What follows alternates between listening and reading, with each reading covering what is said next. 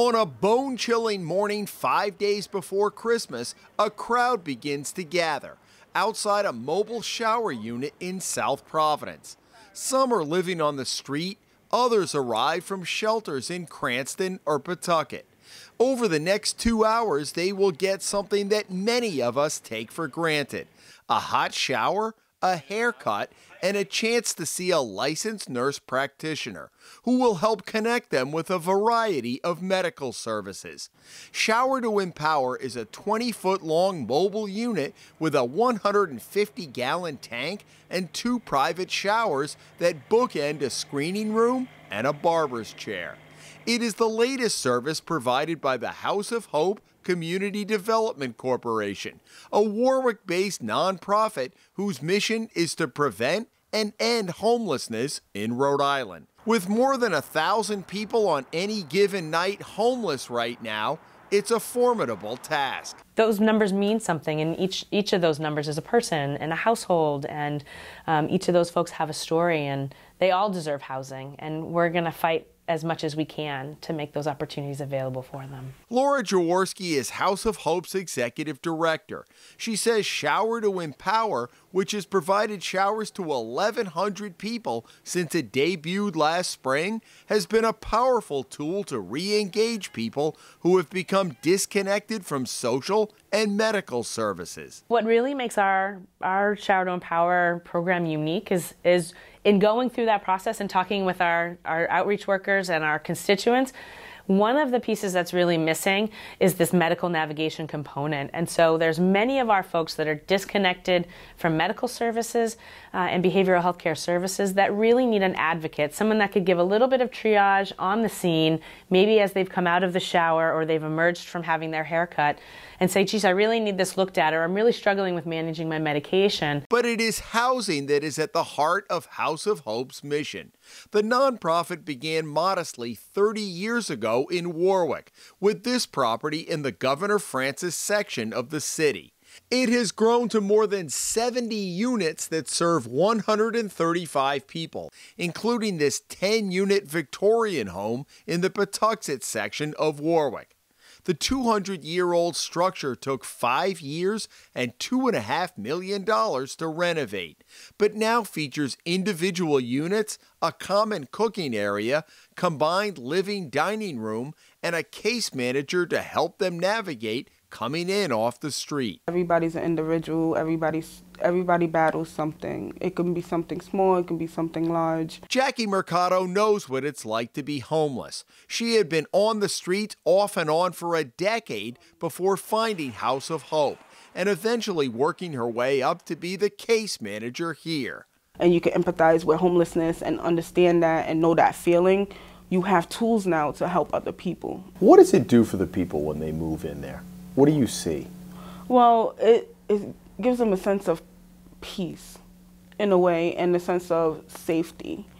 So they can, I've seen them grow from being out in the streets chronically homeless to having their own homes, wanting to fix it up, wanting to be home, wanting to stay out of the cold weather, wanting to stay out of, you know, certain social environments. Residents here and others who live in units like this one on Jefferson Boulevard in Warwick can stay here as long as they want. The rent is 30% of their incomes, and they are chosen off a waiting list maintained by Rhode Island Housing.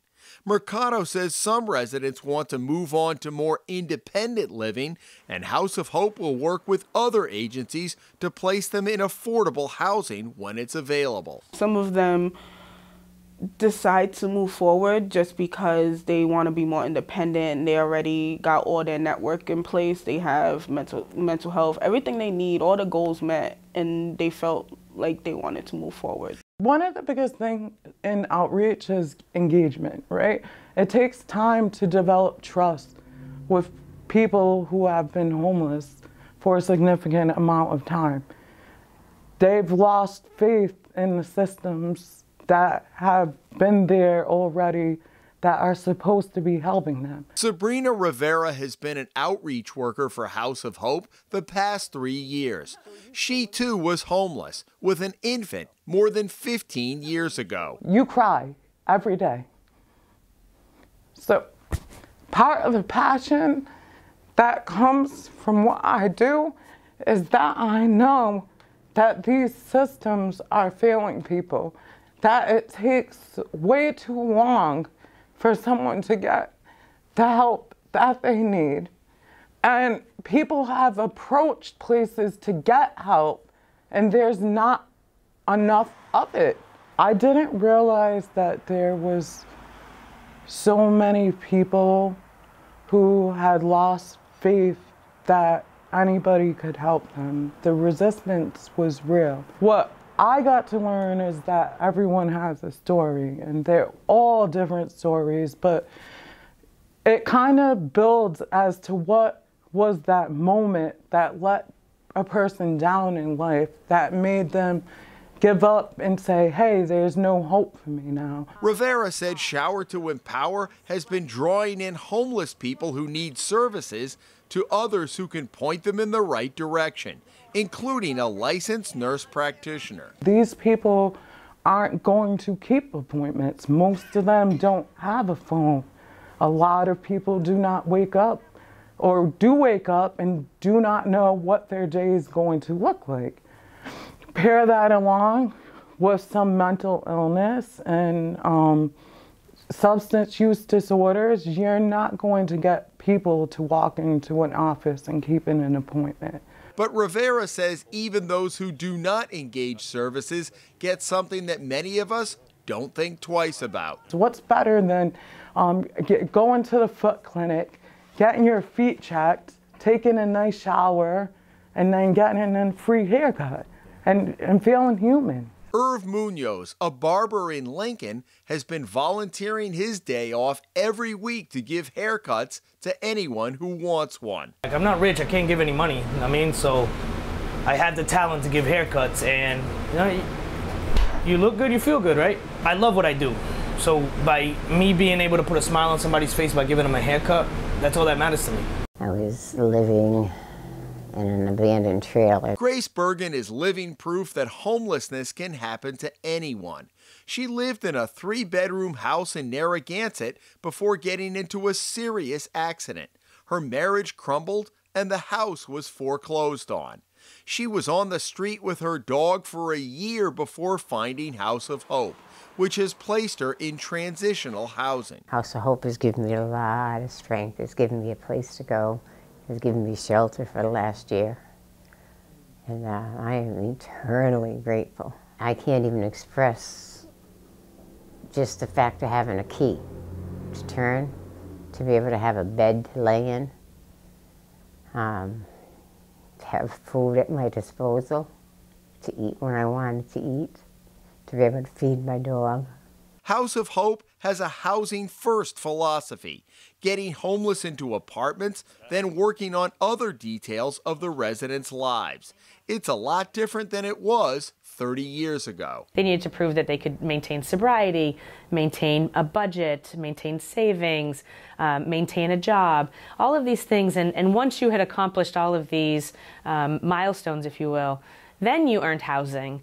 And what we'd learned over time was that really not only was it not effective, but it also didn't model how the world operates.